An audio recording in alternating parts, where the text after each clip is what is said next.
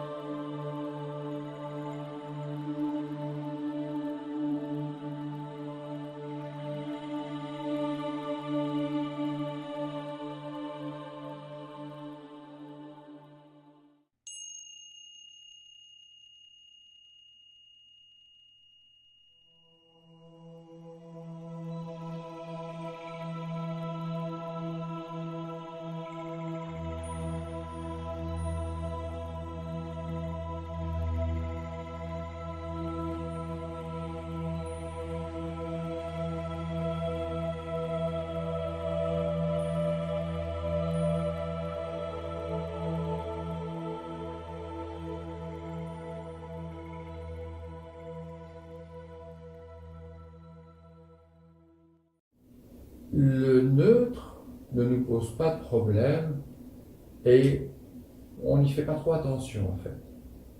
Mais il est là. Il y a des instants de vie où rien de particulier ne se passe et il y a une tranquillité. Mais on va s'apercevoir que dans ce neutre, il y a une tranquillité, mais il y a une liberté.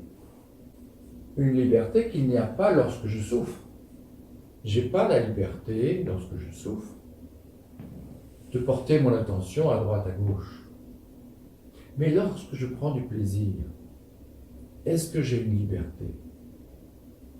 Si maintenant, je prends du plaisir dans un contact et que je répète ce contact, je vais prendre une habitude. Le corps va prendre une habitude. Je vais prendre l'habitude de vivre un plaisir.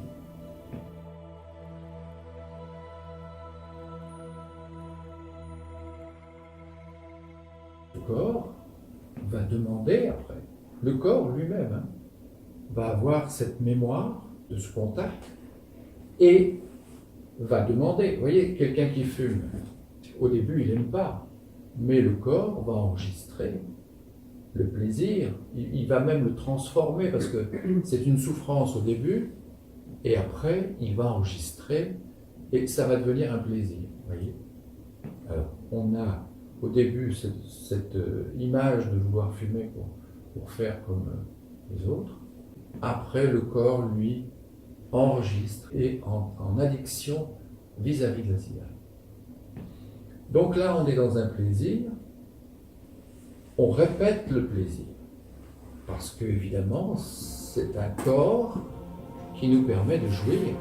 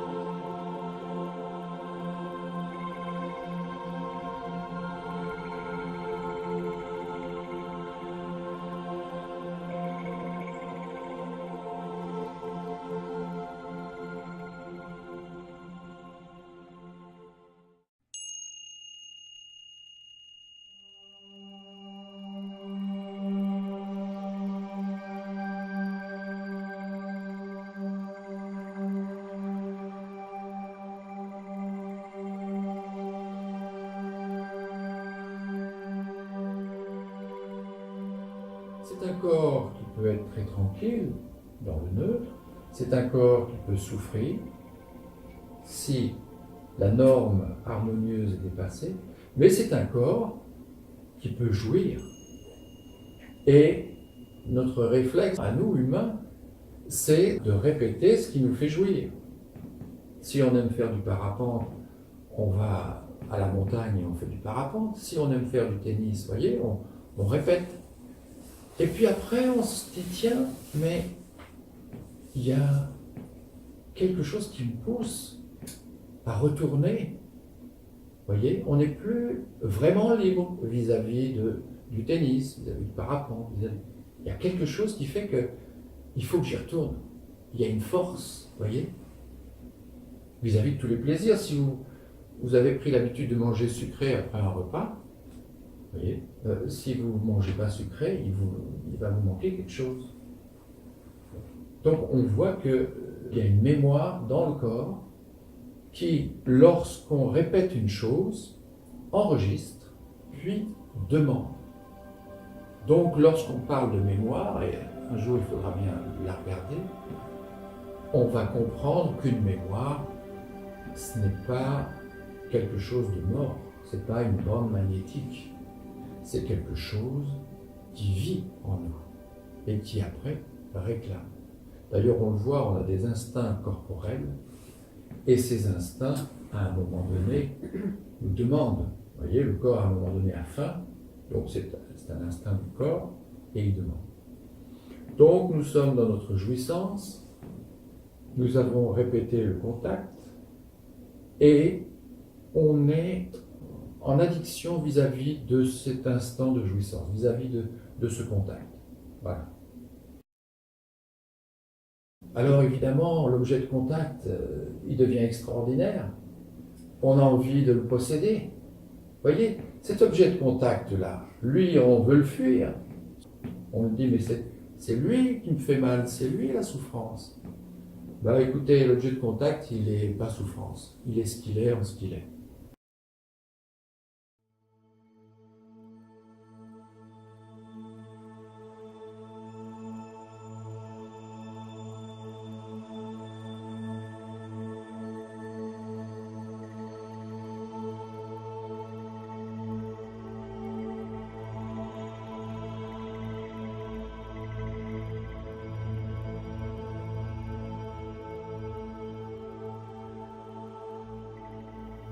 les souffrances à un moment donné parce qu'il dépasse la norme du corps. Donc il est ce qu'il est. Mais là, il y a un plaisir. On va voir l'objet de contact, et cet objet de contact, on va le mettre sur un piédestal.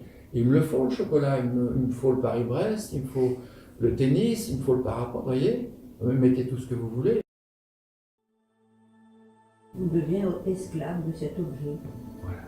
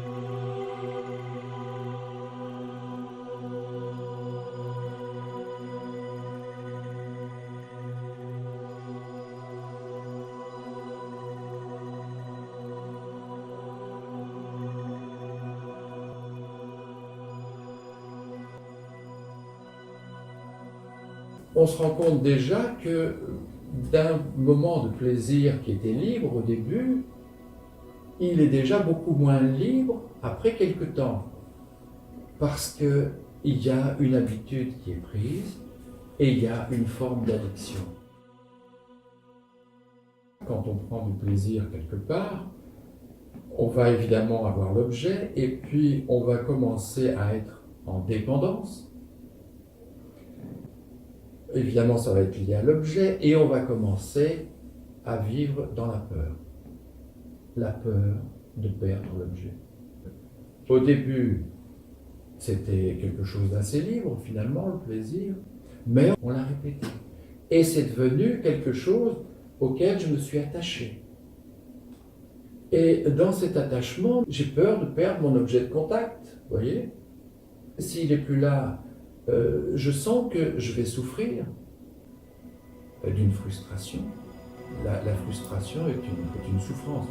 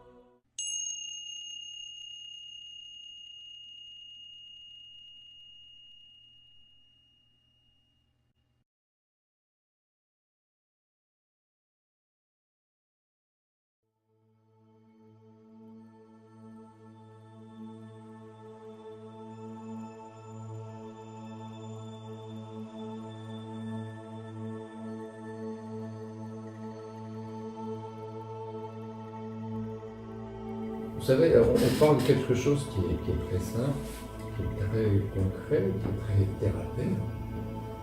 Mais en fait, c'est le schéma de nous dit. Qu'est-ce qu'il faut faire pour être libre? Faire ce qu'on est en train de faire. Regarder, comprendre. Voir déjà que l'objet de contact n'est pas la vie vécue en nous. Et commencer à regarder comment nous vivons la vie à l'intérieur de nous.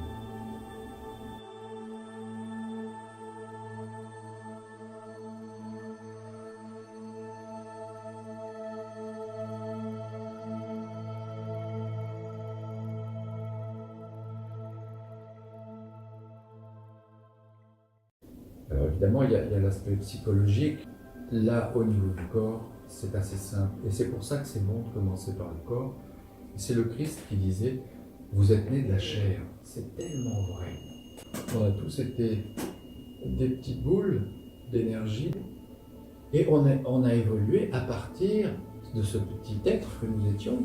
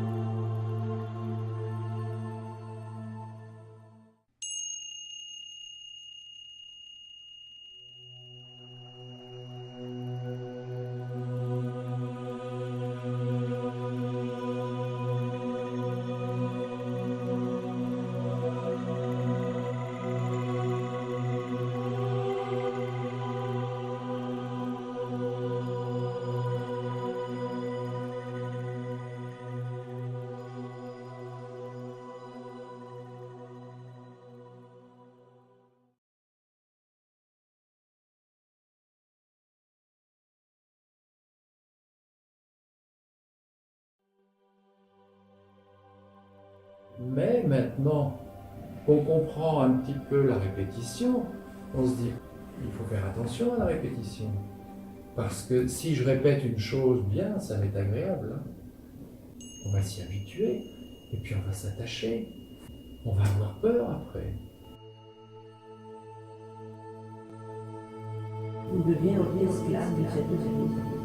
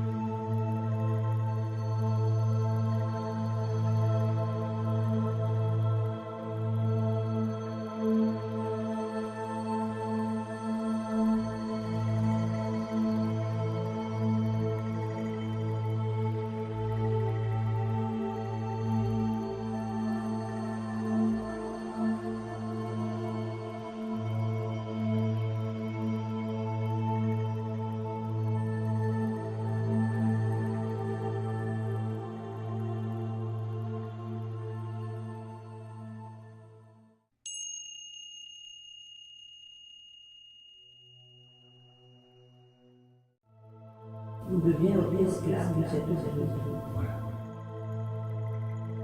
En pensant que c'est l'objet qui a toute la valeur. Évidemment, il se passe quelque chose. La beauté est toujours agréable à regarder. Mais si, on répète, on ne fait que aller vers les choses où il y a du plaisir, on va créer un corps d'habitude qui va devenir un corps de souffrance.